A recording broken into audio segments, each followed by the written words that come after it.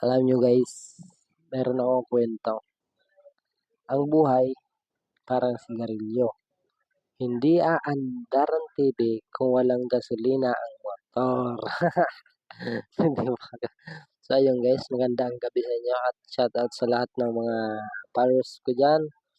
So, sana mag-ingat tayo lagi guys at huwag niyong pababayaan ang iyong sarili.